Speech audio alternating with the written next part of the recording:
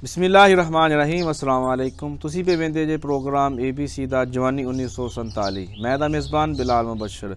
अज मैं गल करन जा रहा हाँ पिंड उद्धू दाता के हवाले दे नाल ज़िला फैसलाबाद। मेरे नाल मौजूद ने इत्थों के बुजुर्ग शख्सियत मोहम्मद सादक बाजवा साहब। उन्होंने नाल गलबात करने जी ते जानने कि इस पिंड की तारीख की है जी। बाबा जी अस्सलाम वालेकुम। वालेकुम सलाम। की हाल चाल ने? अल्हम्दुलिल्लाह। बाजा साहब पहला तो असीं तुहाडे कोल पुछना चाहांगे कि तुहाडी उम्र किन्नी कुछ है? उम्र मेरी मेरा ख्याल 85-90 साल है। अच्छा माशाअल्लाह। तो यह पिंड उद्धू दाता वे ये किदों आबाद होया, ये बारे च की कहना चाहोगे तुसीं? ये आबाद होया साढ़े पिछलियां दादियां परदादियां आबाद किया, कोई साड़ी संभाल तो गेतरा होया। सही। ते अंग्रेज की हुकूमत सी उदों इत्थे जी। तो वही काम चलता रहा। मुड़ के ते फिर असीं जब पिछों हुण बनी बतड़ी ते आ गए, बुढ़ड़े ते बेचारे खप गए इत्थे कर करके। सही। ये जो पिंड उद्धू दाता वे और नाल ही तुहाडे पिंड भारीपुर, दोवां दा चक नंबर 137 हैगा वे। हाँ जी। दोवें जिला फैसलाबाद विच आंदे ने। ये दोए फैसलाबाद विच आउंदे ने। पिछा सियालकोट दे विच भी साडा भारीपुर वखरा ते उद्धू दाता वखरा। अच्छा। दो चक ने इत्थे भी आण के दो ही बने ने। साडी संभाल विच चलदा पिया कम है। ते इस पिंड दी किन्नी कुछ जमीन हैगी है? 25 मरबे जमीन इस चक की है, 25 भारीपुर दी है। भारीपुर दी ते दोवां दा चक नंबर एक ही क्यों है? एक ते पता नहीं हुण ये हुकूमत ने पिछों ही चलदा आया। पिछा सियालकोट दे विच भी इक्को ही। अच्छा। इत्थे आण के भी इक्को ही है। कोई वड्ड वडेरे हन इस पिंड दे, दोवां पिंडां दे कोई इकट्ठे या रिश्तेदारी उन्हां दी कोई इस तरह दी गल कि जिस वजह तो? उंज साडे वड्ड वडेरे जेहड़े ने ना चक दो ने ते उंज बरादरियां ने आपो च लगदे लैंदे भी है ने सारे जी। कोई दूर दूर दे नहीं, चक दो बने ने। सही। शुरू तो असीं बहिंदे रहे इन्हां नूं। सही। तो जदों पाकिस्तान आज़ाद होया वे 1940 की गल करें, उदों खैर तुसीं छोटे होवोगे, तुसीं की सुनते रहे जे, की वेख्या जदों अपने बुजुर्गों को की सुनिया? मैं उदों जी बजुर्गों को सुनिया मैं, जदों ये रौला पिया ना, मैं आप वाह मैनूं संभाले। उदों साडे पिंड च हुंदे सन महाशे, हुंदे सन खत्तरी, हुंदे सन। ते साडे नाल एक पिंड सी बुरज। बड़ा रौला पै गया पिंडां दे विच मुसलमानां दा, इन्हां सिखां दे जान जून दा। अच्छा। बड़ी खपखाना पै गया। वो फिर इत्थे ना साडे पिंड दे चौधरियां ने रल के ना वडेरियां बंदियां ने ते बीबियां नूं छत ते चाढ़िया, उत्ते रोड़े दित्ते भी जे सिख सुख अगों आए ते इन्हां नूं रोड़े मारिओ। अच्छा। हाँ, रोड़े उन्हां नूं फड़ा उत्ते चाढ़े मकानां दे, बीबियां उत्ते चढ़ गईयां भी जे कोई तुहाडे वल नूं आया ते अगों रोड़े मारिओ इन्हां नूं। ते सिखां सारियां दा सानूं आप पता ते असीं खेडदे रहे आ उन्हां दे नाल। अच्छा। इकट्ठे ही उन्हां दे मुंडे ते असीं दुकानां साडे पिंड दे विच खत्तरियां दियां चलदियां। यही सी। खत्तरी किहनूं कहंदे जे? खत्तरी कौम है जेहड़ा हुण इंडिया दे विच नहीं बैठा की उहनूं मोदी। मोदी हाँ जी। मोदी खत्तरी है। अच्छा। इन्हां नूं खत्तरी आंदे सां। मतलब जिहड़ा हिंदू ने सारे हिंदुआं नूं खत्तरी कहंदे? खत्तरी आंदे सां हिंदुआं नूं। नहीं ये कोई लफज खतरा तो खतरी सानू साढ़े जेहन च आंदा वे। हाँ। खतरनाक लोग सन या लड़ाई झगड़े वाले सन? नहीं है इन्ने जो कि दलेर एडे नहीं सन। अच्छा। है सन कमजोर ही। अच्छा। तो जो इंडिया दे विच इन्हां दी अक्सरीयत जी हुण होई इस वे बने ने। नहीं तो सिख इन्हां नूं सिख जिहड़ी कौम है ना वो दलेर सी, वो तल्ली सी। ये तो बेचारे इस तरह ही सन। ते तुहाडी कदी ना छोटे हुंदे लड़ाई होई होवे सिखां नाल या हिंदुआं दे नाल? नहीं साडी मेरे संभाल विच नहीं लड़ाई नहीं हुई सिखां नाल। अच्छा। उंज आंदे सन उदों एक साडे पिंड च एक बारी सिख आए इत्थे उद्धू दाते दे विच, ते ओह सिख ने वाधा कीता आण के ते फिर उन्हां इन्हां पै लै के ते साडे पिंड दी बरादरी ने उहनूं इत्थे ही मार दित्ता। अच्छा। हाँ, पर असीं उदों बहुत छोटे सां। सही। सुणदे सां भी आह गल होई है। ते तुहाडे पिंड दे विचों कुछ लोग गए ने इत्थों हिजरत करके हिंदुस्तान, कोई सिख हिंदू किन्ने कुछ गए? साडा पिंड जेहड़ा ना इत्थे असल विच हिंदू है ही नहीं सन। अच्छा। वो खत्तरियां दे घर सन दो तिन, वो तुर गए ने। महाशे दो घर सन, वो तुर गए ने। आड़ा नाल दा पिंड है ना साडा बुरज। हाँ जी। ये सारा सिखां दा, ये सारा ही उठ के तुर गया। ये फिर मुसलमानां पिछों लुट लट के आंदा तो लुट के इत्थे कोई साडे पिंड दियां भी इत्थे आंदा ही, निक्के निक्के वेखिए वो मकान सन उत्थे उत्थे इकट्ठा कीता समान सारा ਫਿਰ ਪੁਲਿਸ ਨੇ ਉਹਨੂੰ ਲਲਾਮ ਕੀਤਾ, ਇਸ ਤਰ੍ਹਾਂ ਕਰਕੇ ਰੌਲਾ ਸਾਰਾ ਸੀ ਉਹਦਾ। ਅੱਛਾ ਅੱਛਾ। ਤੇ ਇਸ ਪਿੰਡ ਨੂੰ ਬਾਰੇ ਵਿੱਚ ਇਹ ਵੀ ਮਸ਼ਹੂਰ ਹੈਗਾ ਵਾ ਕਿ ਪਿੰਡ ਬਾਜਵਿਆਂ ਦਾ। ਹਾਂਜੀ ਉਦੋਂ ਬਾਜਵੇ, ਦਾਤੇ ਵਿੱਚ ਜ਼ਿਆਦਾ ਬਾਜਵੇ ਨੇ। ਜ਼ਿਆਦਾ ਬਾਜਵੇ। ਤੇ ਇਹ ਕਿੰਨੇ ਕੁ ਲੋਕ ਆਏ ਸਨ ਇਸ ਪਿੰਡ ਨੂੰ ਆਬਾਦ ਕਰਨ ਵਾਸਤੇ, ਤੇ ਦੂਸਰੀ ਕੌਮਾਂ ਕਿੰਨੀਆਂ ਕੁ ਨੇ ਪਿੰਡ ਦੇ ਵਿੱਚ? ਕੌਮਾਂ ਇਸ ਪਿੰਡ ਨੂੰ ਆਬਾਦ ਕਰਨ ਵਾਸਤੇ ਐਵੇਂ 3-4 ਹੀ ਖਾਨਦਾਨ ਨੇ ਪਿੰਡ ਦੇ ਵਿੱਚ, 3 ਕੁ 4 ਉਹ ਹੀ ਪਹਿਲਾਂ ਵਡੇਰੇ ਆਏ ਨੇ। ਅੱਛਾ।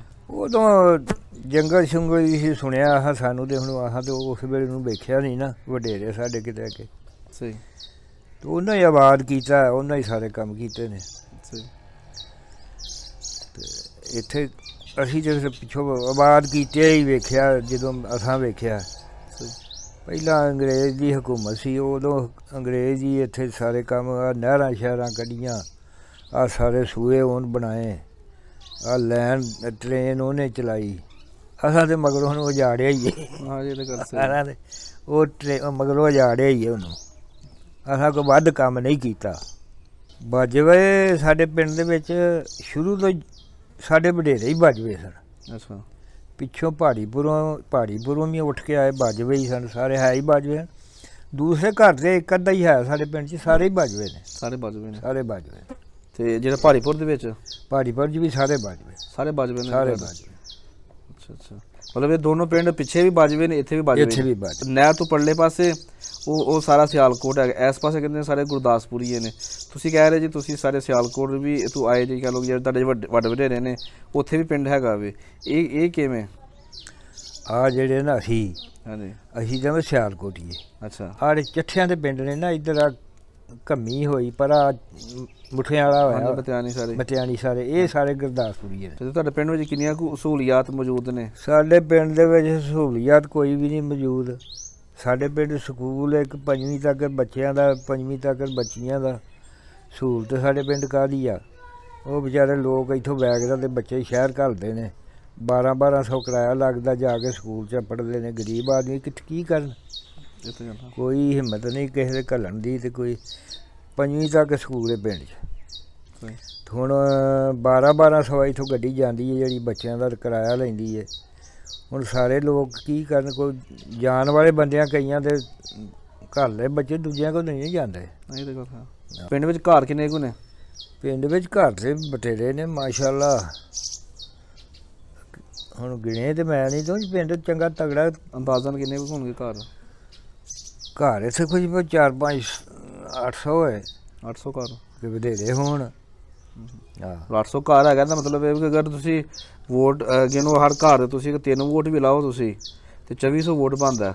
ਹਾਂਜੀ। ਇਹਦਾ ਮਤਲਬ ਇਹ ਕਿ ਜਿਹੜੀ ਤੁਹਾਡੇ ਹਕੂਮਤ ਹੈਗੀ, ਜੇ ਮੌਜੂਦਾ ਜਿਹੜੇ ਲੋਕ MN MP ਹੈਗੇ ਨੇ, ਉਹਨਾਂ ਦੀ ਕੋਈ ਤਵੱਜੋ ਨਹੀਂ ਤੁਹਾਡੇ ਪਿੰਡ ਵੱਲ ਹੈਗੀ? ਸਾਡੇ ਪਿੰਡ ਐਤਕਾਂ ਜਿਹੜਾ MP ਬਣੇ, MN ਬਣੇ ਸਾਡੇ ਪਿੰਡ 'ਚ ਅੱਜ ਤੱਕ ਇੱਥੇ ਨਹੀਂ ਆਇਆ ਕੋਈ ਵੀ।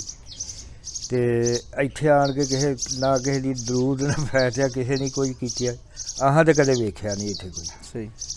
ਆਇਆ ਇੱਕ ਬੋਰਡ ਤੇ ਲੱਗੇ ਨੇ ਬਾਹਰ, ਬੋਰਡ ਬਸ ਬੋਰਡ ਹੀ ਲੱਗੇ ਨੇ। ਗੈਸ ਪੈਪਾਂ 'ਚ ਫਿਰਨ ਡਈ, ਇਹ ਸਤਾਹ ਹੋ ਗਿਆ ਗੈਸ ਦਾ। ਗੈਸ ਮਿਲਦੀ ਕੋਈ ਨਹੀਂ, ਮੀਟਰ ਕੋਈ ਨਹੀਂ ਮਿਲਣ ਡਿਆ। ਸਤਾਹ ਵੀ ਕਰ ਗਏ ਨੇ। ਉਹ ਕਿਉਂ ਨਹੀਂ ਮਿਲਦਾ ਪਿਆ? ਉਹ ਬਸ ਹਕੂਮਤ ਨੂੰ ਪਤਾ ਹੁਣ ਕਿਉਂ ਨਹੀਂ ਸਾਨੂੰ ਲੱਭਦਾ, ਨਹੀਂ ਲੱਭਦੀ। ਕੋਈ ਵਜ੍ਹਾ ਤੇ ਹੋਵੇ, ਕੋਈ ਨਾ ਕੋਈ ਵਜ੍ਹਾ। ਪੈਸੇ ਮੰਗਦੇ ਨੇ ਵਧੇਰੇ, ਮੀਟਰ ਵਾਲੇ ਆਉਂਦੇ ਨੇ ਸਾਨੂੰ 40-40 ਹਜ਼ਾਰ ਰੁਪਏ ਉਹ ਦਿਓ ਤੇ ਮੀਟਰ ਲਾ ਦਿੰਦੇ। ਮੀਟਰ ਲਾਵਾਂਗੇ। ਸਾਡੇ ਨਾਲ ਪਹਾੜੀਪੁਰ 6-7 ਮੀਟਰ ਲੱਗੇ ਨੇ ਪਿੰਡ ਦੇ ਵਿੱਚ, ਇੰਨੇ ਨੇ ਪੈਸੇ ਦੇ ਕੇ ਲੋਕਾਂ ਲਵਾਏ ਨੇ। ਸਾਡੇ ਹੁਣ ਗਰੀਬ ਬੰਦੇ ਨੇ ਨਹੀਂ, ਉਹ ਨਾ ਕੋਈ 40-40 ਹਜ਼ਾਰ ਦਿੱਤਾ ਜਾਂਦਾ। ਹੁਣ ਇਹ ਤੇ ਸੂਈ ਗੈਸ ਦੇ ਮਾਮਲੇ ਵਿੱਚ ਸਾਡਾ ਅਸੀਂ ਜਿਹੜੇ ਸੰਗਲੇ ਵਾਲੇ ਹੈਗੇ ਆ, ਉਹ ਸਾਡਾ ਜ਼ਹੀਨ ਹੈਗਾ ਨਾ ਕਿ ਸਾਨੂੰ ਬਰਜੀਸਤਾਰ ਨਹੀਂ ਗੈਸ ਦਿੰਦਾ ਹੈਗਾ। ਉੱਥੇ ਵੀ ਰੌਲਾ ਵੇ, ਤੁਹਾਡੇ ਪਿੰਡ ਵੀ ਇਹੀ ਰੌਲਾ ਵੇ? ਸਾਡੇ ਪਿੰਡ ਵੀ ਇਹੋ ਹੀ ਰੌਲਾ। ਸਾਨੂੰ ਗੈਸ ਸਾਡੇ ਪੈਪਾਂ 'ਚ ਫਿਰਨ ਡਈ, ਸਾਈ ਸਾਹਿਬ ਲਵਾ ਗਏ ਸਨ ਇੱਥੇ। ਗੈਸ ਚਾਲੂ ਵੀ ਉਹ ਕਰਾ ਗਏ ਨੇ। ਸਹੀ। ਇਹਨਾਂ ਮਗਰੋਂ ਨਵਾਂ ਕੰਮ ਕੋਈ ਵੀ ਨਹੀਂ ਕੀਤਾ। ਗੈਸ ਸਾਡੇ ਮੀਟਰ ਹੀ ਰੱਖੇ ਨੇ, ਡਕਚਰ ਸਾਰੇ। ਕੋਈ ਮਤਲਬ ਇਹ ਜਿਵੇਂ ਇਲੈਕਸ਼ਨਾਂ ਤੋਂ ਪਹਿਲਾਂ ਤਾਂ ਸਾਰੇ ਗੈਸਾਂ ਵੰਡਦੇ ਹੁੰਦੇ ਨੇ। ਹਾਂਜੀ। ਤੇ ਹੁਣ ਫਿਰ ਇਹੀ ਕੰਮ ਹੈ ਕਿਤੇ? ਆਹੋ, ਹੁਣ ਗੈਸ ਜਦੋਂ ਇਲੈਕਸ਼ਨ ਆਉਣਗੇ ਫਿਰ ਇਹ ਸਾਨੂੰ ਆਖਣਗੇ ਤੁਹਾਨੂੰ ਮੀਟਰ ਲਾ ਲੈਣੇ ਆ।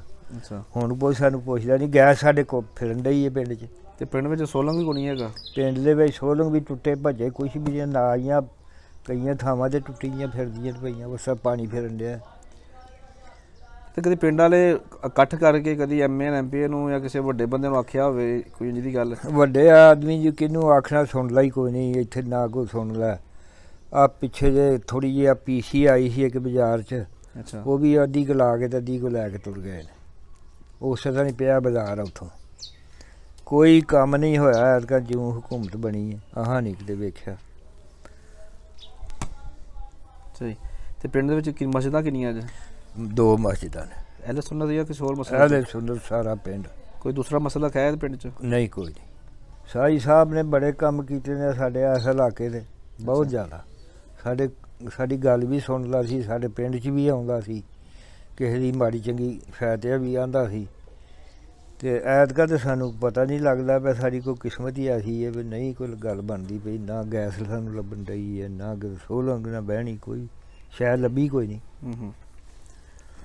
ਸਾਨੂੰ ਕੋਈ ਗੱਲ ਸੁਣਾਓ। ਹਾਂ, ਜਦੋਂ ਪਾਕਿਸਤਾਨ ਬਣਿਆ ਸੀ ਉਸ ਦੌਰ ਦੇ ਵਿੱਚ ਜੋ ਤੁਸੀਂ ਵੇਖਦੇ ਰਹੇ ਜਾਂ ਤੁਸੀਂ ਵੇਖਿਆ ਹੋਵੇ, ਕਿਉਂਕਿ ਤੁਸੀਂ ਮਾਸ਼ਾਅੱਲਾ 85 ਸਾਲ ਤੋਂ 90 ਸਾਲ ਤੋਂ ਤੁਹਾਡੀ ਉਮਰ ਹੈ ਤਕਰੀਬਨ। ਹਾਂਜੀ। ਜਦੋਂ ਤੁਸੀਂ ਹੋਸ਼ ਦੇ ਵਿੱਚ ਸੀ ਉਹ ਜਦੋਂ ਪਾਕਿਸਤਾਨ ਬਣਿਆ ਹੋਵੇ, ਹਾਂਜੀ। ਤੁਹਾਨੂੰ ਗੱਲਬਾਤ ਸੁਣਾਓ ਉਹ ਤੇ ਪਾਕਿਸਤਾਨ ਦੀ। ਫਿਰ ਪਾਕਿਸਤਾਨ ਦੀ ਗੱਲ ਕਿਹੜੀ ਨਵੀਂ ਸੁਣਾਈਏ ਤੁਹਾਨੂੰ? ਇਹੋ ਹੀ ਉਦੋਂ ਹਾਲ ਆ ਜਿਹੜਾ ਬਤੇਰਾ ਮਚਿਆ ਸੀ ਉੱਧਰ, ਆਪੋ ਝਗੜੇ ਝੂਗੜੇ ਬਤੇਰੇ ਸਨ। ਮੁਸਲਮਾਨ ਵਕਤ ਬੜਾ ਉਹ ਵਿਚਾਰਾ ਅੱਲਾ ਹੀ ਜਾਣਦਾ ਜਿਸ ਤਰ੍ਹਾਂ ਉਹ ਲੰਘਿਆ ਉਹਨਾਂ ਲੋਕਾਂ ਦਾ।